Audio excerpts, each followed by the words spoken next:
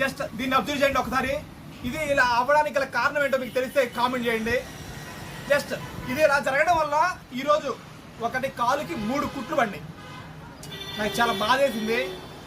But మీ ఇంట్లో ఏదైనా fan sound వస్తున్నా లూజ్ కనెక్షన్ ఉండేదైతే ఏదో ఊగుతున్నట్టు అనిపిస్తే 100% ఇంకో ఇన్సిడెంట్ జరగకుండా దాన్ని ఎలక్ట్రీషియన్కి కంపల్సరీ చూపించండి. చాలా నీట్గా బిగించే విధంగా ట్రై చేయండి.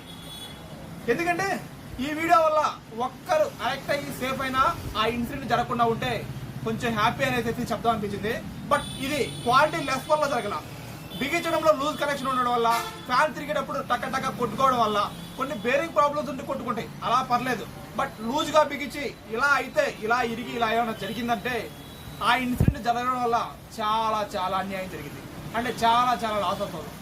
కంపల్సరీ మీ ఇంట్లో ఏదన్నా అలా అనిపిస్తే కంపల్సరీ రెక్టిఫై చేయండి. మీరు బిగించేటప్పుడు